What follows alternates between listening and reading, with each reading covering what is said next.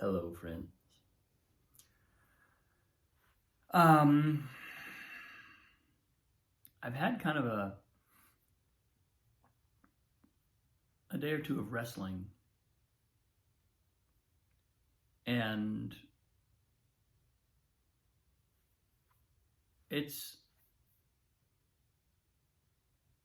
I think the way that I want to, I'm kind of unpacking it for myself as I speak about it here, and I think, but I did have an insight come through this morning about, the types of thoughts and the types of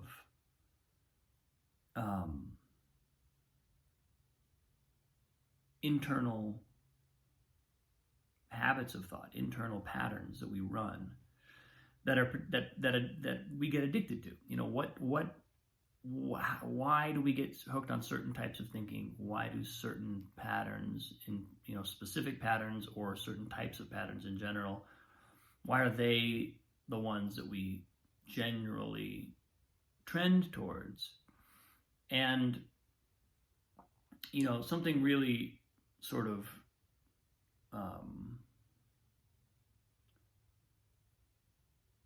something sort of big has showed up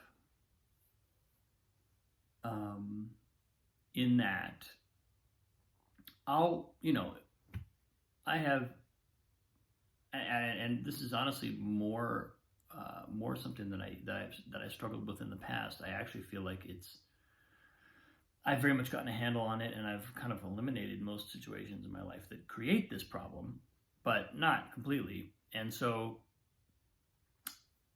I'll have an issue where I'm running an argument in my mind with someone, let's say, right? There's someone with whom I either have a disagreement or things that I feel like need to be said, ought to be said, that I haven't said, etc.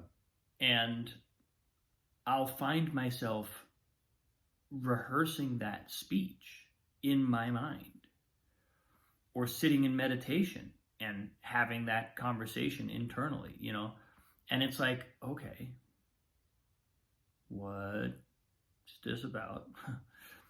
And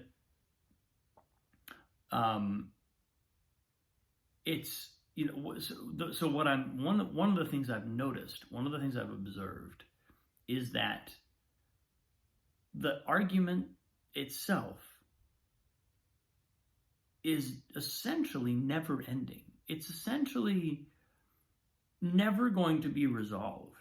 Or even if it were to be resolved, it wouldn't undo the core of why I'm running that argument in my mind. Because the argument in my mind, the actual thoughts in my mind, aren't going anywhere.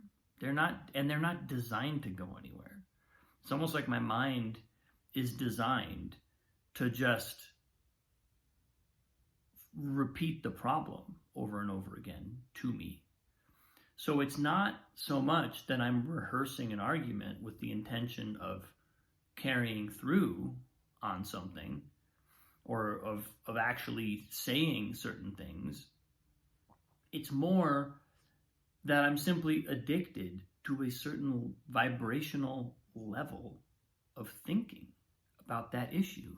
It's like I've just gotten hooked on a certain level where whatever frustration or, problem I might be feeling, disagreement I might be feeling, is prominent. But it's a vibrational level. The actual thing is not the issue.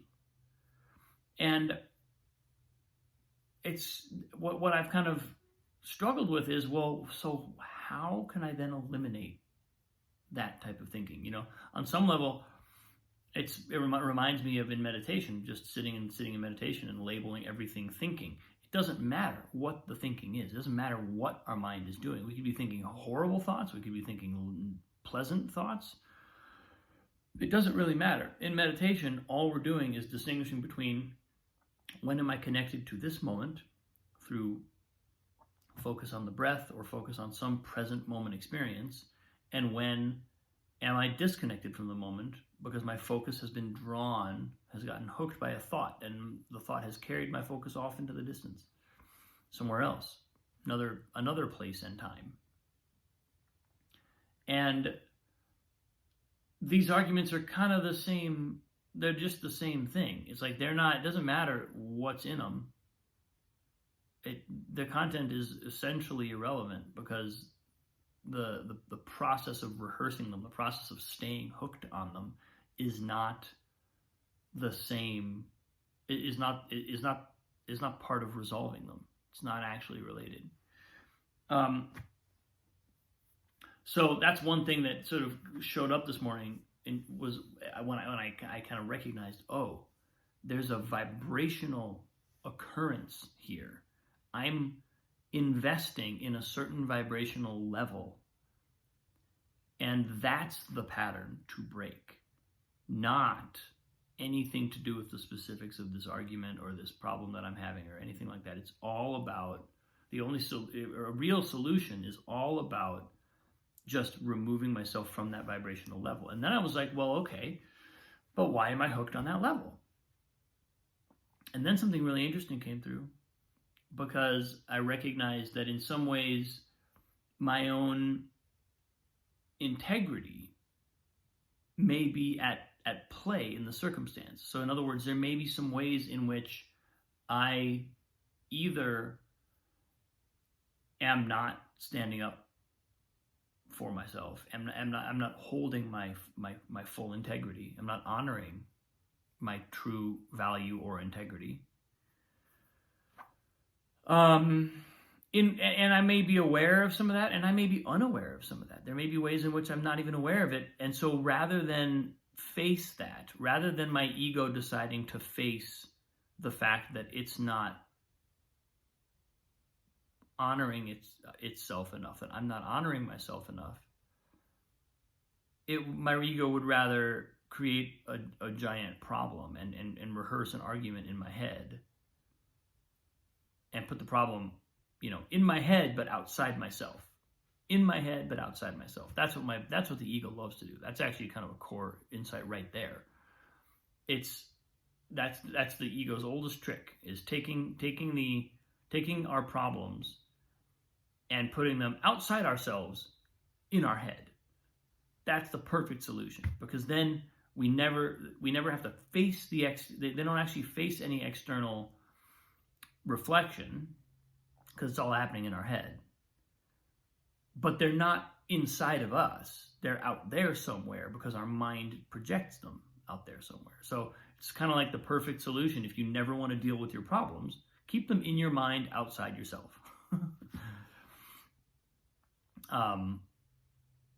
Yeah, it reminds me a little bit of something Sadhguru said the other day on a video that I was watching, where he was talking about sex and money. He said sex and money they're the two greatest human obsessions.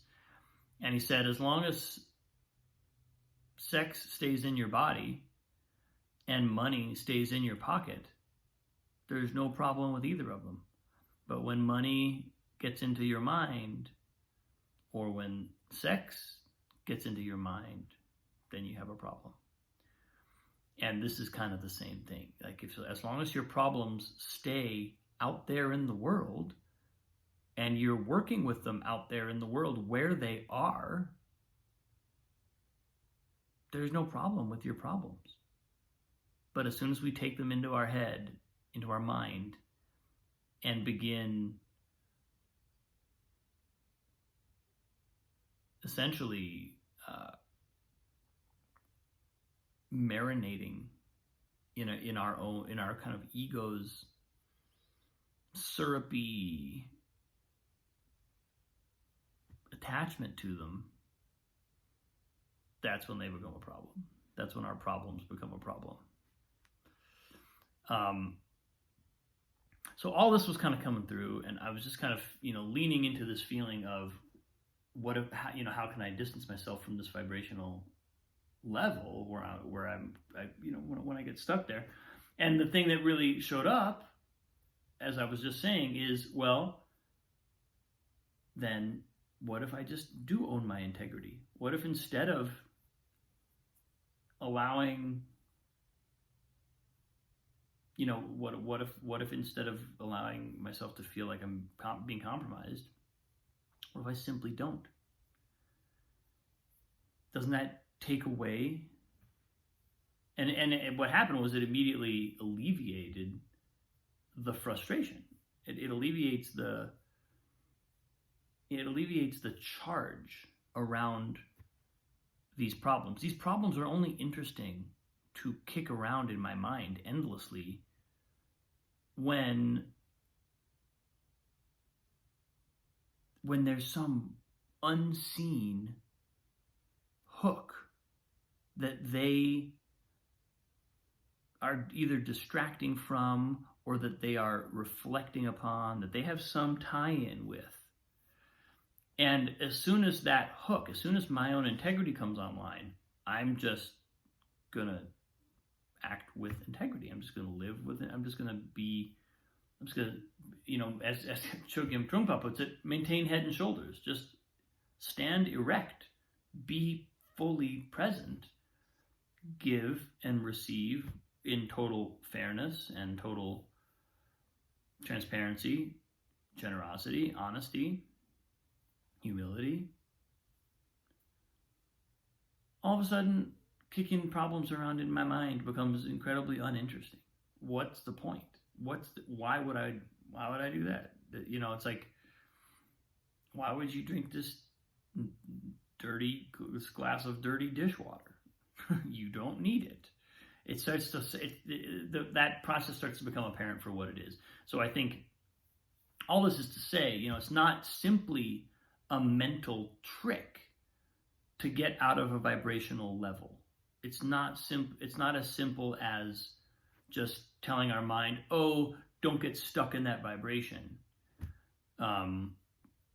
Just get out of that vibration." Yes, that is actually kind of all there is to be done, except that vibrational level is probably being held in place by something in our core that needs to be addressed. And it doesn't mean we have to necessarily make massive proclamations to the world or go out and do something big and enormous and symbolic, but we do have to claim our own actual integrity. We have to claim our own core.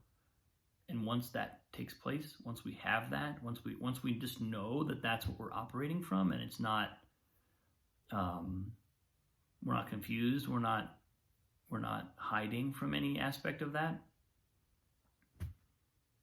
it gets very easy to put our problems down, because our problems are simply the day-to-day navigation of life. They're out there in the world where they belong. They're the next thing to do. The next right thing. To keep with my Frozen 2 references, I bet I can go a week like this. Just do the next right thing. That's all. That's all we want to do. It's a song from Frozen 2. If you're not inside these references, if you don't have a 3-year-old. The next right thing. Do the next right thing. It's a brilliant song and a beautiful way of just thinking about. That's all there is to do when we know, when we're acting out of our full integrity. There's no other action really that makes any sense. You just do the next right thing. We don't get embroiled in conversations about why so-and-so didn't do the right thing, why I'm going to do the right thing, and how I know that at this point I didn't do the right thing, but I'm going to do the right thing now. And the not right thing that I did was less not right than the thing that they did. That was even more not right. What? But this is not, we do this. Our minds do this. Anyway, that's what came through this morning. It was powerful, and I think it really helps me anyway gain a foothold in, when that comes up, immediately looking to what's at the core of it. Immediately looking through the kind of spin of these thoughts and emotions and whatnot, and just getting right to the core of what is really going on.